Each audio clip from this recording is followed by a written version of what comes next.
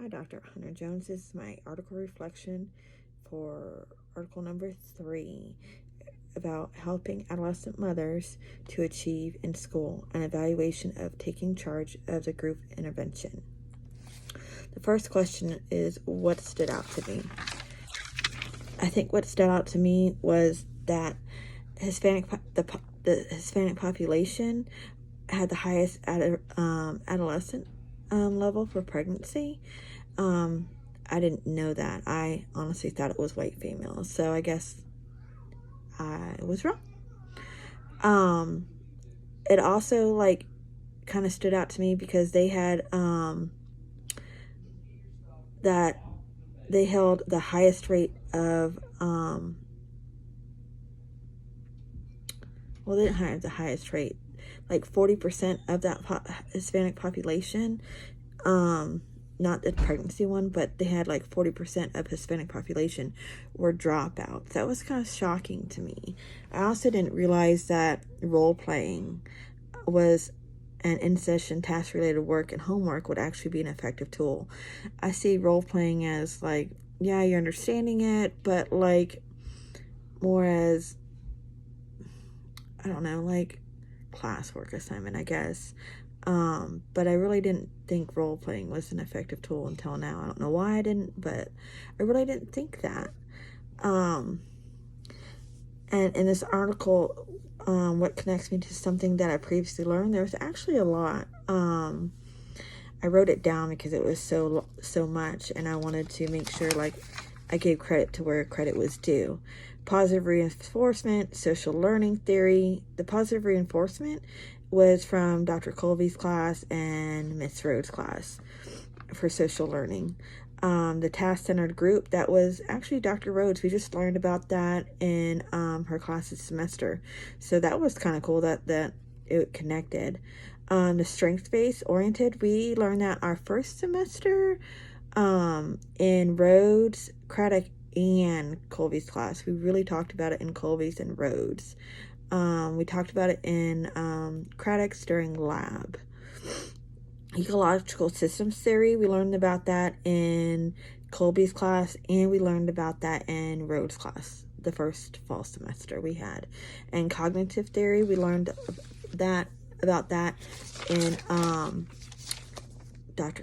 Colby's class. We learned actually a lot of what you teach connects us to what she taught. So I find that interesting because it wasn't just about a bunch of writing. It was actually useful. So now everything's fitting together, and it's oh wow, it's working, and after reading the article, what motivated me to learn more or what to do, I think based off this article and how I once used to be that student that fell through the cracks, as I did tell you that when I started college, I was on a 3rd grade reading level. I was in some pretty low English classes. If it wasn't for an amazing teacher, Kelly French at Coastal, I would be probably further behind than I am now.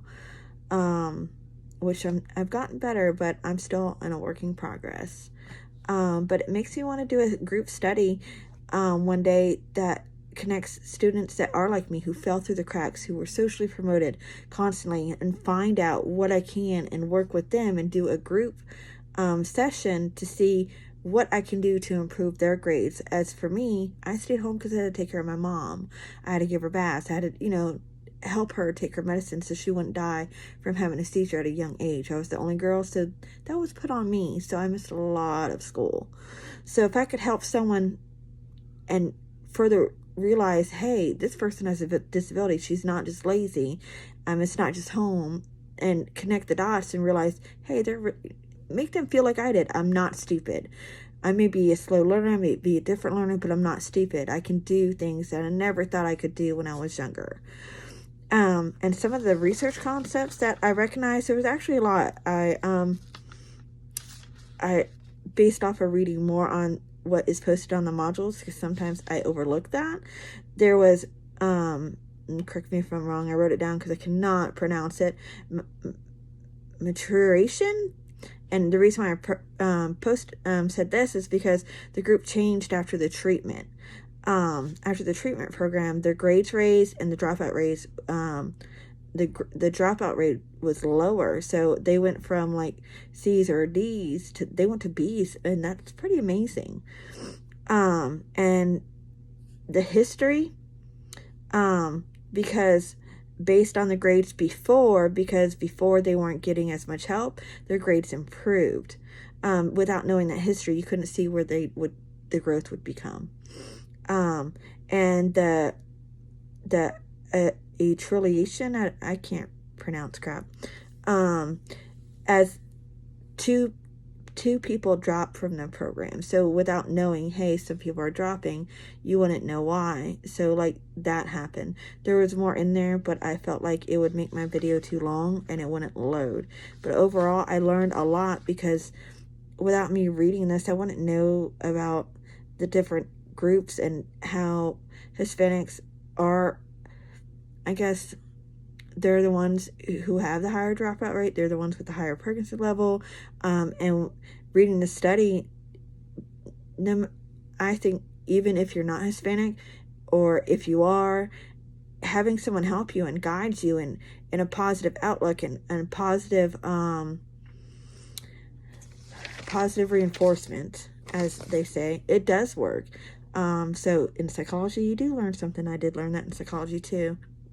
Positive reinforcement does work, and it helped them want to keep going. It helped their grades overall. So that is what I learned from this article reflection number 3. Thanks. Bye.